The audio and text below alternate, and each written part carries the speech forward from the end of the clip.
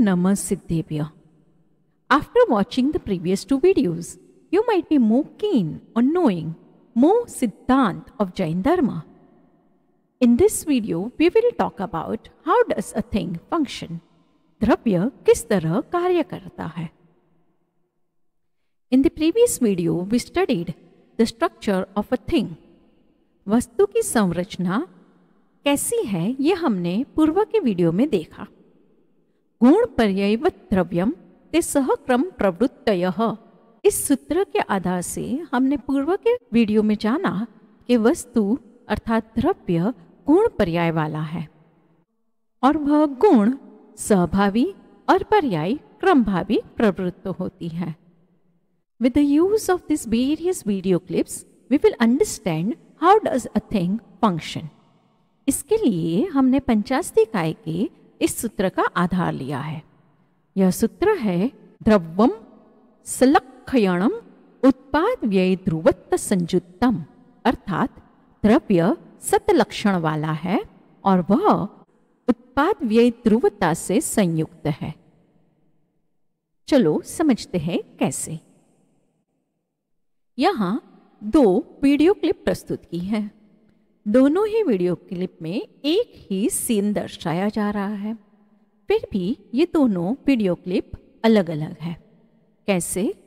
जैसे कि ये जो नीचे वाली वीडियो क्लिप है ये तो ओरिजिनल वीडियो क्लिप है जहाँ ओरिजिनल व्यक्ति का शूटिंग किया जा रहा है, किंतु ये जो ऊपर वाली वीडियो क्लिप है उसमें फ्लिप बुक टेक्निक का इस्तेमाल करके ये वीडियो बनाया गया है.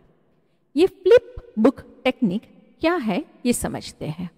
इसमें चित्रकार उसे जो वीडियो बनाने हैं उसके अलग अलग सीन को एक अलग अलग कागजों पर पेंट करता है. जैसे कि यहाँ प्रथम सीन बनाया, अब ये द्वितीय सीन का पेंटिंग कर रहा है. उसी तरह वो जितने भी सीन हैं उन सभी सीनों की पेंटिंग करता है. उसके बाद वो इन सारे पेंटिंग को एक क्रम से लगाता है. जैसे कि यहाँ आप देख सकते हैं कि सारी पेंटिंगों को उसने क्रम से इकट्ठा किया है. अब इस क्रम से इकट्ठा की गई पेंटिंग को वो एक प्रस्तुत करेगा, किंतु वो प्रस्तुति उस तरह से करेगा कि पहला कार्ड और दूसरे कार्ड के बीच में जो अंतराल है वो दिखे नहीं. इससे यह ऐसा लगता है कि जैसे ये कोई लाइव सीन चल रहा है. वास्तव में तो मात्र भिन्न भिन्न कागजों पर किया हुआ ड्राइंग है. अब हमें ये देखना है कि जिस तरह ये भिन्न भिन्न कागजों पर भिन्न भिन्न ड्राइंग है, क्या उसी तरह हमारी जो अवस्था है वो भिन्न भिन्न अस्तित्व धराती है. जिस तरह ये एक एक कागज अलग अलग है, क्या उसी तरह हमारी पर्याय भी एक एक अलग अलग होती है? नहीं, यह तो बौद्धिक मान्यता है. बौद्ध क्षणवादी कहलाते हैं क्योंकि वो एक एक पर्याय को ही वस्तु समझते हैं और उस वस्तु को एक एक भिन्न और क्षणिक मानते हैं. जैसे कि वो मानते हैं कि हर क्षण एक एक वस्तु का उत्पाद होता है और अन्य क्षण में उसका नाश होकर दूसरी वस्तु का उत्पाद होता है. जैसे कि इस फ्लिपकार्ट टेक्निक में एक एक सीन एक एक अलग कागज पर है और वो क्रम से आता रहता है. उसी तरह वो अवस्था को ही वस्तु मानता है, क्षण भर की वस्तु मानता है और वो क्षण भर की वस्तु का नाश होकर दूसरी वस्तु का उत्पाद होता है. किंतु जैन धर्म वस्तु के स्वरूप को अनेकांतमय मानता है. तत्वार्थ में सूत्र है कि सत द्रव्य लक्षणम. द्रव्य का लक्षण है होना, अस्तित्व. और ये अस्तित्व कैसा है तो कहते हैं उत्पाद व्यय द्रव्य युक्तम सत्य. जो सत्य होता है वो उत्पाद और व्यय और द्रव्य इन धर्मों से संयुक्त होता है. उत्पाद अर्थात प्रोड्यूस, व्यय अर्थात नाश और द्रव्य अर्थात कॉन्स्टेंसी. इन तीनों धर्म से जो युक्त है वो अस्तित्व है और वो अस्तित्व जिसका है वो द्रव्य है. अब ये उत्पाद, व्यय और द्रव्य ये तो परस्पर विरोधी धर्म है, फिर भी एक ही द्रव्य में पाए जाते हैं, उसको वस्तु का अनेकांत स्वरूप कहते हैं। चलो समझते हैं कि ये उत्पाद, व्यय, द्रव्य एक ही वस्तु में कैसे पाए जाते हैं। जैसे कि यहाँ जो सीन चल रहा है, वहाँ यह जो व्यक्ति है वो उसी व्यक्ति रूप रहते हुए उस व्यक्ति में भिन्न भिन्न मुख मुद्राएं पाई जाती हैं। पूर्व की मुख मुद्राओं का व्यय होता है और उत्तर की अर्थात बाद की मुख मुद्राओं का उत्पाद होता है। इस तरह से भिन्न भिन्न मुख मुद्राओं का उत्पाद और पूर्व मुख मुद्राओं का व्यय ऐसा क्रम से होता रहता है। इस तरह से इस वस्तु की अर्थात इस व्यक्ति का स्वरूप उत्पाद, व्यय, द्रव्यात्मक है। व्यक्ति का उस व्यक्ति रूप बने रहना वो उसका द्रव्यपना है और उसमें ही भिन्न भिन्न अवस्थाओं का उत्पाद और पूर्व की अवस्थाओं का व्यय होना वो उसी का लक्षण है। इस तरह से द्रव्य सत लक्षण है, अर्थात द्रव्य होता है और उसका होना पना उत्पाद, व्यय, द्रव्यात्मक होता है।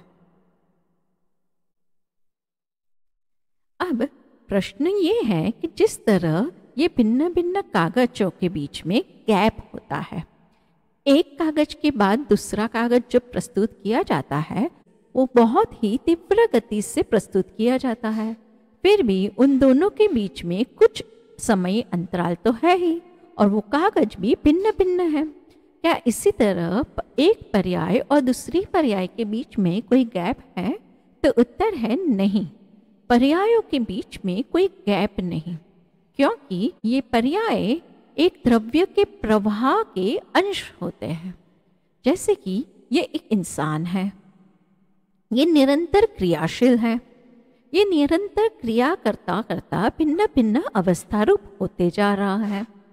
अब ये जो चल रहा है उसे हम पॉज करके देखते हैं। ये 2.27 की अवस्था से जब 2.28 की अवस्था में बदलाव कर रहा है, वो दो भिन्न भिन्न अवस्था होने पर भी उनमें कोई अंतराल नहीं है।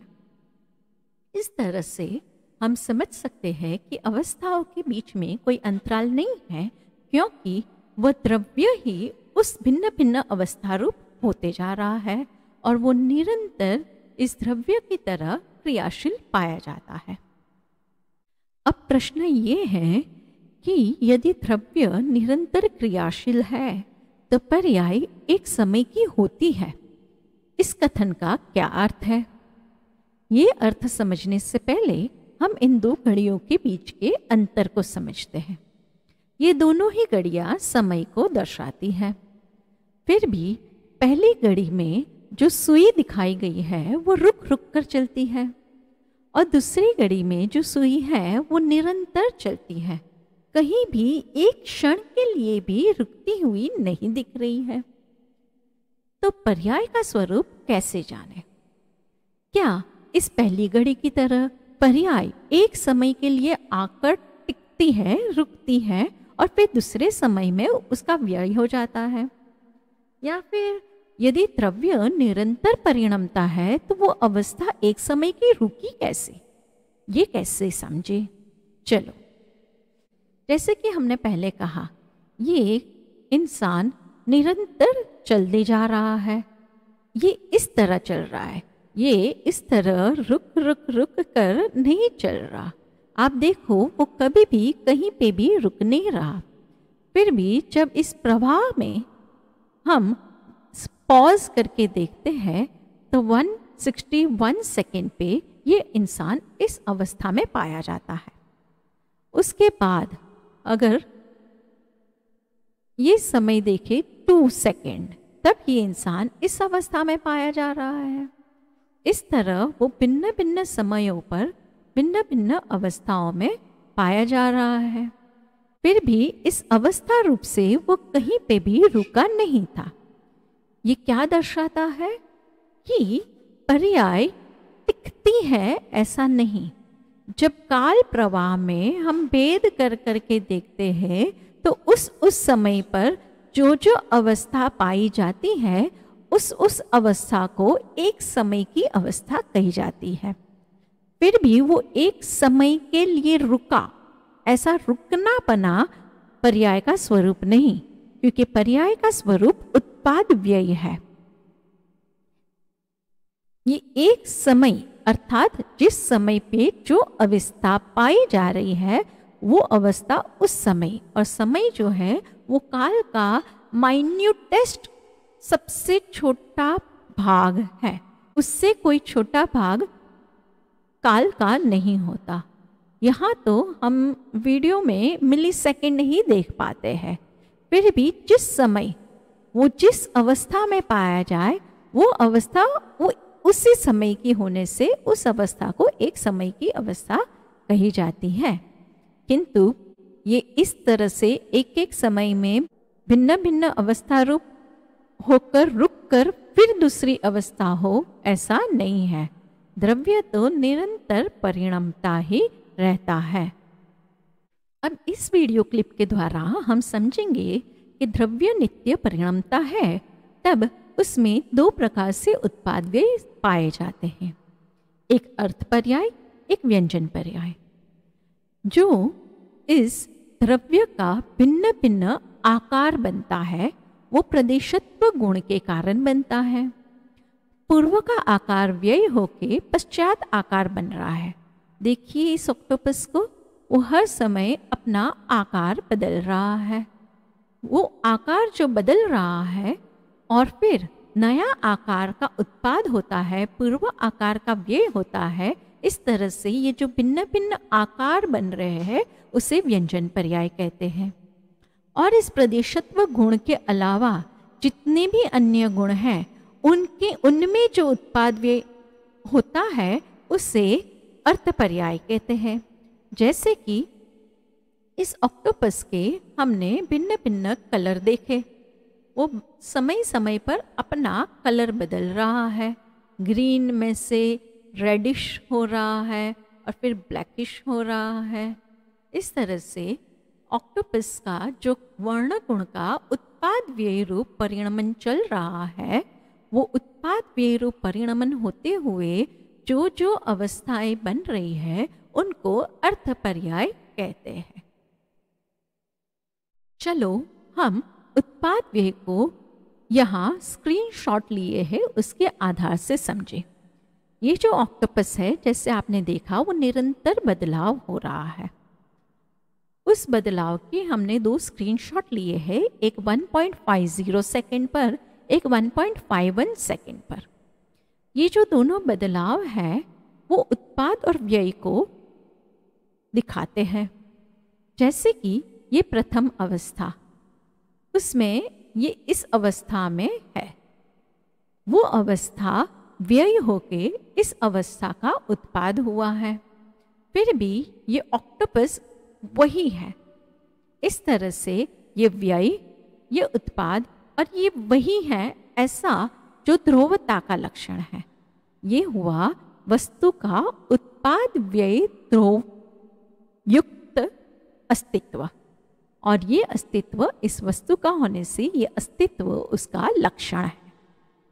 अब यहाँ कुछ विशेष समझते हैं। यहाँ चक्की में दो पत्थर है। नीचे वाला पत्थर तो हिलता ही नहीं और ऊपर वाला पत्थर निरंतर घूमता रहता है। उसी तरह यह कॉइन में भी वो अंदर वाला भाग वो तो घूम नहीं रहा, बस आगे वाला भाग या ऊपर वाला भाग या बाहर वाला भाग घूमते रह रहा है। तो क्या वस्तु में भी जो द्रव्य और पर्याय स्वरूप है उसमें क्या वस्तु की एक भाग अर्थात द्रव्य में ध्रुवता है और एक भाग अर्थात पर्याय में उत्पाद व्यय होता हो? ऐसे दो भाग है, अर्थात एक भाग परिणामी और एक भाग अपरिणामी कुटस्थ, जैसे कि इस चक्की और सिक्के में है। तो कहते हैं नहीं, द्रव्य और पर्याय या उत्पाद व्यय ध्रुवता यह वस्तु के स्वभाव है, किंतु द्रव्य और पर्याय ऐसे दो भाग नहीं। दो भाग न होते हुए भी एक ही में अनेक स्वभाव होना, यही तो वस्तु का अनेकांत स्वरूप है। ये जो नीचे आप देख रहे हैं, देखिए वहाँ, ये जो इंसान है वो एक द्रव्य है और उसकी भिन्न भिन्न अवस्था वो पूरे ही उसके एरिया में हो रही है। उनका कोई ऐसा भाग नहीं है जो बदल नहीं रहा।